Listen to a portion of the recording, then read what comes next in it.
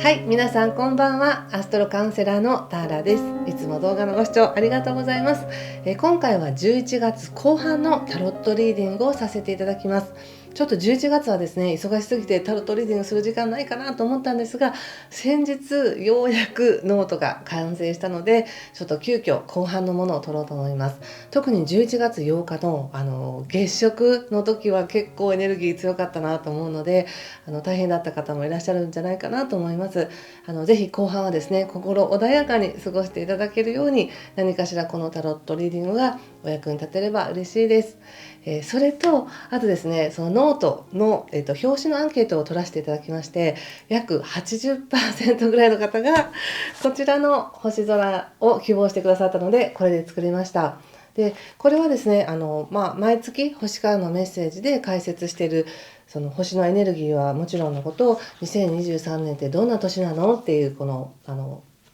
全体の解説と、あと各月のですね、星の動きとか、あとこういう契約にいい日だよとか、この時に片付けしてしまう方がいいねとかっていう細かい日付のエネルギーももう全部書いています。もう12ヶ月分全部書いています。そしてさらにはどんな月にしたいのかなっていう、そういったご自身の意図をしていただいたり、星を生かしながらちょっと整理してもらったりっていうような、ちょっと書き込みできるところとか、ワークしていただく部分もあります。そしてですね、やっぱり2023年がどんな年かっていう各星座の1年の動きもまとめていますので、たっぷりと全部12星座分載っていますのでね、たっぷりと楽しんでいただけるノートになったんじゃないかなと思います。もう私的にはもう大満足です。でちょっと私の頭の中にあるごちゃごちゃした言葉がですね、そのままこう載せているところもありますので、こう読んでいてはって思うところもあるかもしれませんが、もうそこはもうご了承ください。はい、これ完全に自分で自費出版で、図書コトとかつけずにで販売しています。限定1000冊です。ぜひご興味ある方は概要欄から詳細ご覧になってください。もう予約販売は始まっています。15日からです。はい、ぜひよろしくお願いします。では早速、前振りが長かったですが、ここから各星座のタロットリーディングよろしくお願いします。ではさそり座さんの11月後半をリーディングさせていただきます。今回は12月3日ぐらいまでの流れだと思っておいてください。よろしくお願いします。ちょうどね、お誕生日を迎えている方もいらっしゃるかもしれませんし、特に11月8日の、ね、月食いかがでしたでしょうか。大丈夫でしたでしょうか。はい、ちょっと見てみますね。ちょっと前のね動画でも言ったんですけど、やはりこの10月25日から来年の3月ぐらいまでの流れっていうのが非常に今のさそり座さんには必要なことが水面下で起こってるっていう感じなので、どんなことがあったとしても、どんなこと別に怖いことじゃないですよ。何か引っかかることとか嫌だなと思うことがあったとしても、その中に何かがあるって思ってくださいね、このヒントが。はい。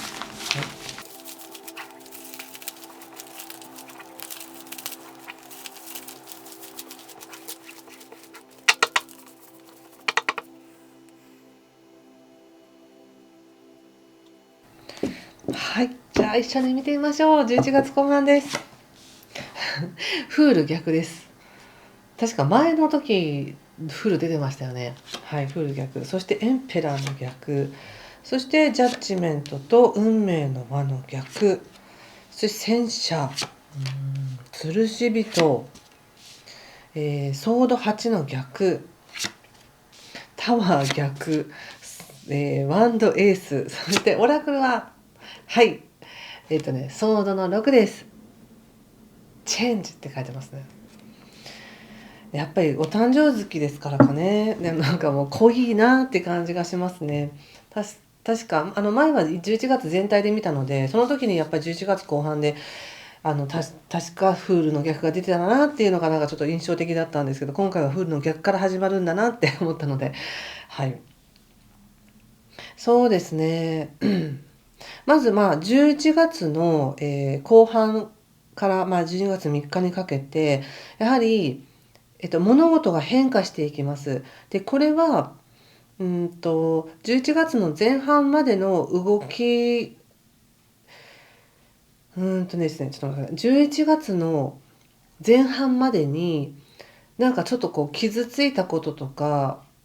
若干ちょっとボロボロになったのかなみたいな、ちょっとこのカードってね、剣がね、ボロボロになってるんですよね。わかりますか？で、そのボロボロになったものを修復していくのか、もしくはそこまで使い切ったよっていうことで、新しいものにしていくのかっていう、何かこう、次に行くよっていうメッセージがまず一番強いです。で、特に未来のところにも戦車とかも出てるので、よし、じゃあ頑張るぞみたいな、何かこう、11月中旬まで頑張ったからこその次の展開っていうのが、あるんだなって思いますね。ですので、こう出だしがフールだからといって何も考えずにフータするっていうわけではなく、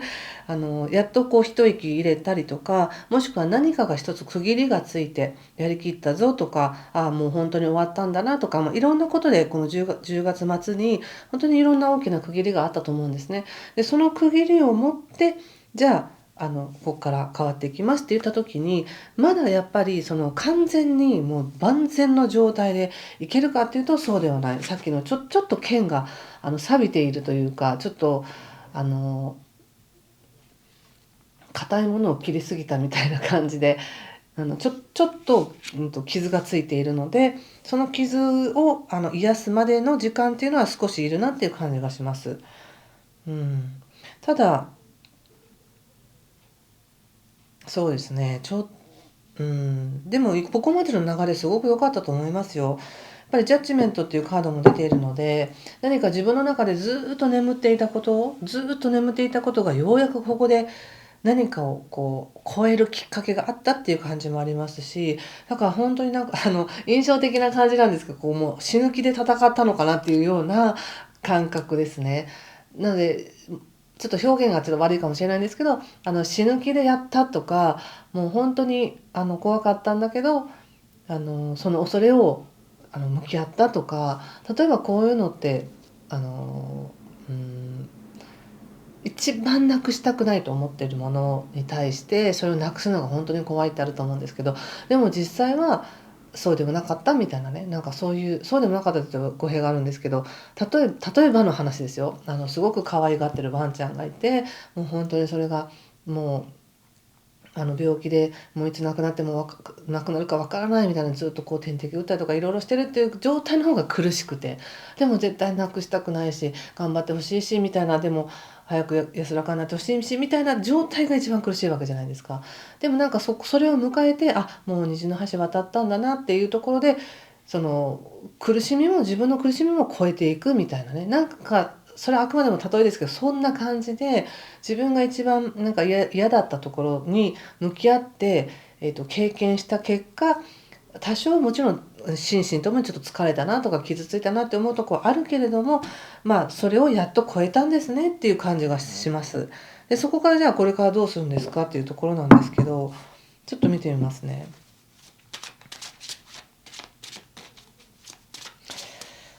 戦車が出てるのでね何かやる気になって頑張っていこうっていうのはありますよ。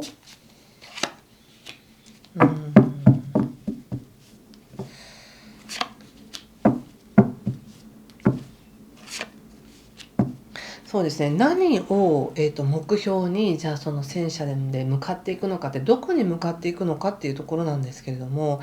そこで言われてるのが、なんかこうちょっとバランスを保ちながら行ってくださいねっていうのがあるんですね。で、これがもしかしたらその最初に言った、もう若干ちょっと傷がついているというか、ここまで頑張って走ってきたからこそこのままではいけないみたいなね、何かちょっと自分の体調とかも整えながらやっていかなきゃいけないっていう意味のバランスなのか、もしくは掛け持ちっていうような感覚でこううまくバランスをとって何かやっていくっていうことなのか、役割って皆さん一つじゃないですもんね。こっちの仕事をしながらこっちとか、主婦とかで子育てしながら何かとかっていう何かいろんなものを介護しながら何々とか、そういういろんなものを調整していくっていう感じがあるのかなっていうものと、でやはりなくしたくないっていう思いもあるんだなっていう感じがするんですね。ペンタクスの4なんですけどね。安定とも言えます。なので何か全てを捨ててどこかに走っていくっていうわけではないんだなっていうふうに思ったんです。でどうせ走り出すなら、もしくはどうせなんか目標を定めてそっちに行きたいのであれば、将来的につながるような細く長く続いていけるようなものを、探していくというか、そっちの方向に向かっていくんだなって感じがするんですけれども、なぜかですね、ちょっと今の想定している考えのままではちょっと難しいって感じがあるんですね。これが吊るし人の逆が出ているので、自分ではこっちの方向がいいんだなって思って進んでいきたいんですけど、あれ道がなかったとか、あれなんかガタガタ道だなみたいな感じがあって、そしてその後も対立を避けるっていうか、いろんなしがらみを外していきたいみたいな思いがあるので、この戦車と変わっていくよっていうエネルギーっていうのがものすごい光の道っていうか、レッドカーペットの上を行くわけじゃないんだなって感じなんですよね。やっぱりちょっとデコボコした道を歩んでいくにあたり、やっぱり今のままというか、もう少し心身ともに整えてから行かないといけないのと、行く先っていうのが、今思っている行く先っていうのはもしかしたらちょっと違うかもみたいな、もう一回ちょっと再考してみる、考え直してみるっていうか、こっちじゃなかったかな、こっちかなみたいな感じでちょっと考えてみるのもいいかもしれないですね。これは吊るし人っていうのは、いわゆる物事を逆さに見て違う方面から考えてみたら、ものすごく視野が広がったとか、ヒントを得たっていうふうにも取れるので、何が何でも走っていくっていう感じではないんですよね。ちょっと止まって違う方向から考えてみたらっていうのがヒントです。でそれによって自分で自分を縛っていた思考から解放されるよっていうふうにも使えます。はい、で対策がね、ワンドのエースとタワーの逆っていうのがまたすごく進んでいきたいでもみたいななんかそんな感じがあって、ちょっとタワーから見てみましょうか。ちょっとね、今やっぱり火星が逆行中っていうのもありますので、どっちかっていうと本当に年内は水面下でトンネル掘ってるよみたいな感じの努力っていうのがいい時なんですよね、結果を出すっていうよりは。そしてお誕生日過ぎたし、やっとなんか新しい方向へって思うかもしれないんですけど、そこまでものすごい集中して一点集中でどっかの方向に行けるかっていうとそうではなく、バランスを取りながらっていうふうに言われてるんだなと思いました。ちょっとタワーの逆見てみますね。運命の輪、また出ましたね、吊るし人。ソードさん、ちょっとこのエース見てみますね。カップ7の逆と、ソードキングとペンダクス6ですね。そうですか。まず、このタワーの逆っていうのは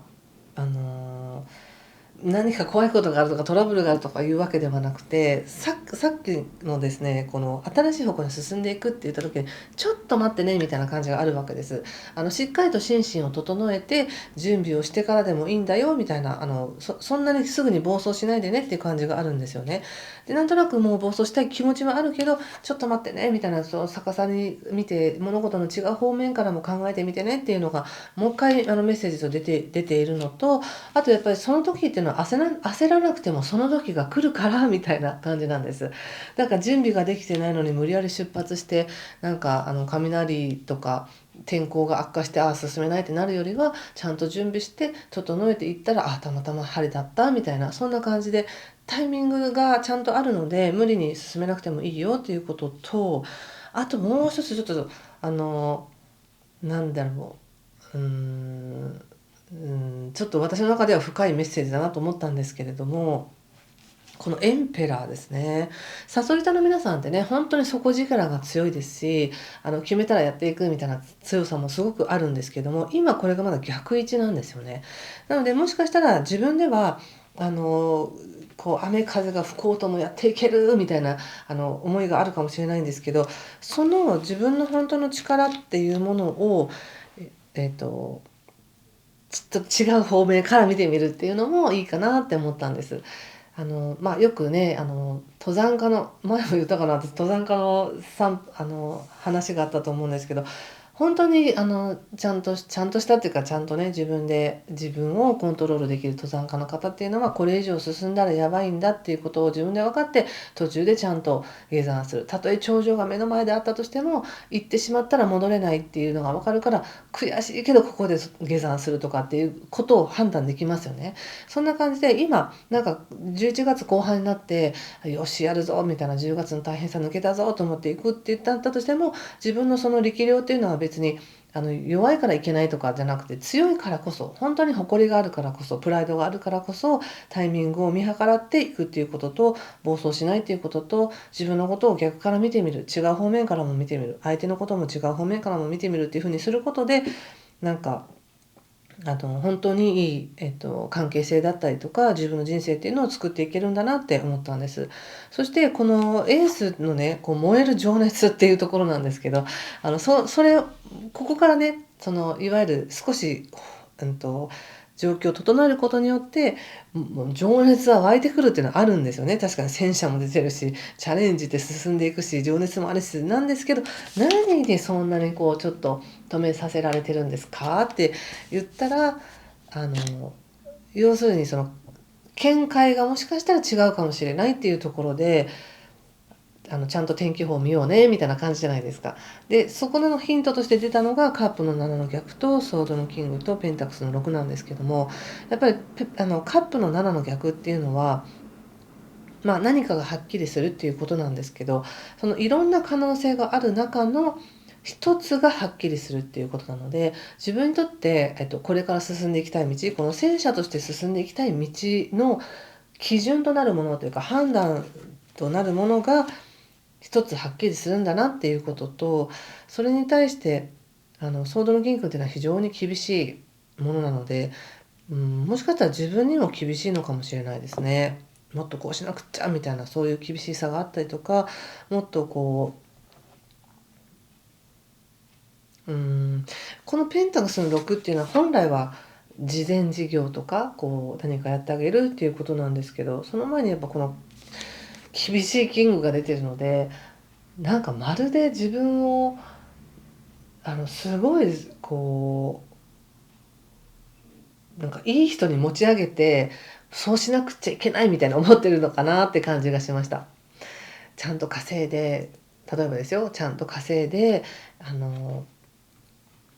貯金もして、そして、募金もしてとかっていう風に、なんかもういい人すぎませんみたいな、そういう感じがちょっと私は今受けたんですよね。そういう風にしなくちゃダメなんだみたいな、そこまで厳しくなくていいですよっていう感じがしました。なぜならばやっぱり今考えてることっていうのは、このもう吊るし人が2枚出てるっていう時点で、もしかしたら見解が違うかもしれない、自分の考えが変わるかもしれないし、変わった後にその思考から解放されるよって、ここでもね、自分が思い込んできた自分像が崩れるよっていうのもありますし、そしてここでソードの3が出てるっていうことは、自分で自分をね責めないようにっていうのもあるので、変にこう自分の理想像っていうものを掲げて、そうじゃないっていうところで落ち込む必要もないですし、無理して進める必要もないんだなって感じがしました。はい、なんかもうごちゃごちゃごちゃごちゃ言ってますけどね。私、なぜとにかく一番は、この11月後半をもって物事は流れていきます。スムーズに流れていきます。ただちょっと傷んでますよねっていうところです。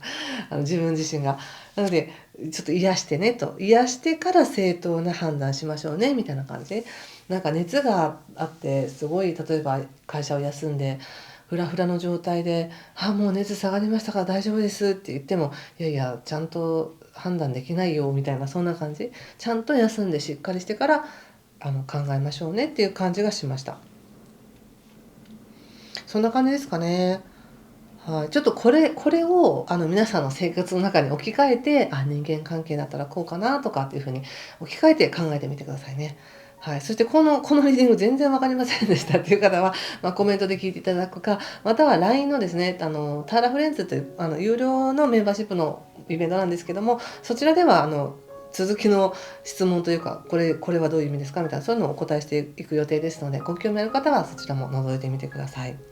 はい、ということで今回も最後までご視聴ありがとうございました。次回は12月3日ぐらいにまたお会いしましょう。ぜひね、いい気づきを、そしてゆっくりと休んでください。最後までご視聴ありがとうございました。失礼します。